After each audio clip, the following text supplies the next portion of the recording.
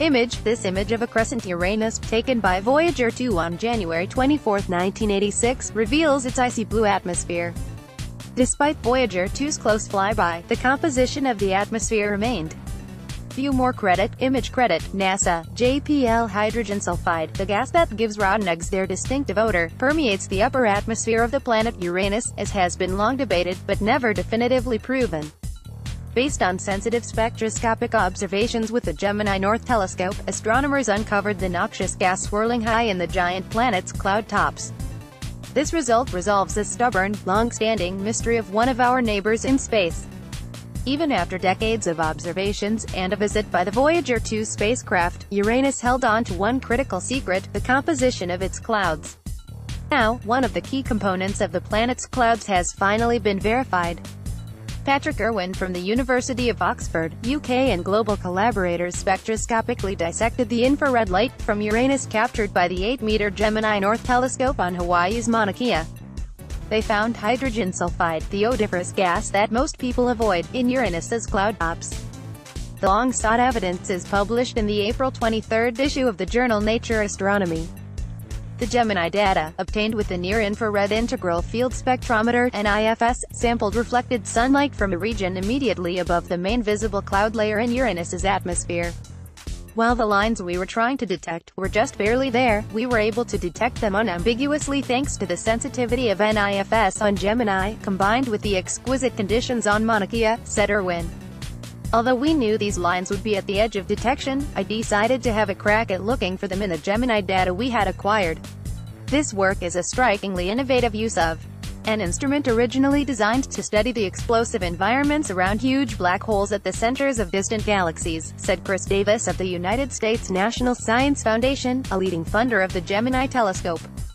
To use NIFS to solve a long-standing mystery in our own solar system is a powerful extension of its use, Davis adds. Astronomers have long debated the composition of Uranus's clouds, and whether hydrogen sulfide or ammonia dominate the cloud deck, but lacked definitive evidence either way. Now, thanks to improved hydrogen sulfide absorption line data in the wonderful Gemini spectra, we have the fingerprint which caught the culprit, says Irwin. The spectroscopic absorption lines, where the gas absorbs some of the infrared light from reflected sunlight, are especially weak and challenging to detect according to Irwin. The detection of hydrogen sulfide high in Uranus's cloud deck, and presumably Neptune's, contrasts sharply with the inner gas giant planets, Jupiter and Saturn, where no hydrogen sulfide is seen above the clouds, but instead ammonia is observed. The bulk of Jupiter and Saturn's upper clouds are comprised of ammonia ice, but it seems this is not the case for Uranus. These differences in atmospheric composition shed light on questions about the planet's formation and history.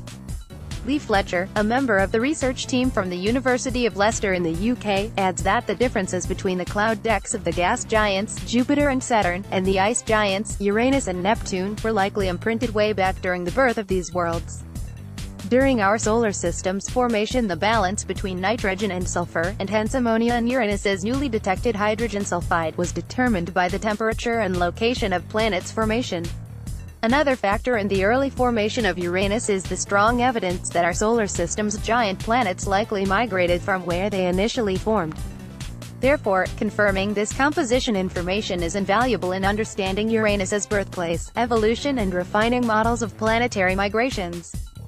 According to Fletcher, when a cloud deck forms by condensation, it locks away the cloud-forming gas in a deep internal reservoir, hidden away beneath the levels that we can usually see with our telescopes.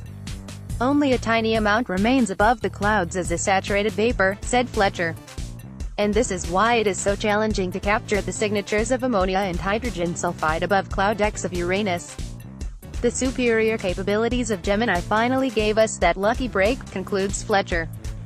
Glenn Orton, of NASA's Jet Propulsion Laboratory, and another member of the research team, notes, "We've strongly suspected that hydrogen sulfide gas was influencing the millimeter and radio spectrum of Uranus for some time, but we were unable to attribute the absorption needed to identify it positively. Now, that part of the puzzle is falling into place as well. While the results set a lower limit to the amount of hydrogen sulfide around Uranus, it is interesting to speculate what the effect would be on humans even at these concentrations. If an unfortunate human were ever to descend through Uranus's clouds, they would be met with very unpleasant and odoriferous conditions, but the foul stench wouldn't be the worst of it, according to Irwin. suffocation and exposure in the negative 200 degrees Celsius atmosphere made of mostly hydrogen, helium, and methane would take its toll long before the smell, concludes Irwin. The new findings indicate that although the atmosphere might be unpleasant for humans, this far-flung world is fertile ground for probing the early history of our solar system and perhaps understanding the physical conditions on other large, icy worlds orbiting the stars beyond our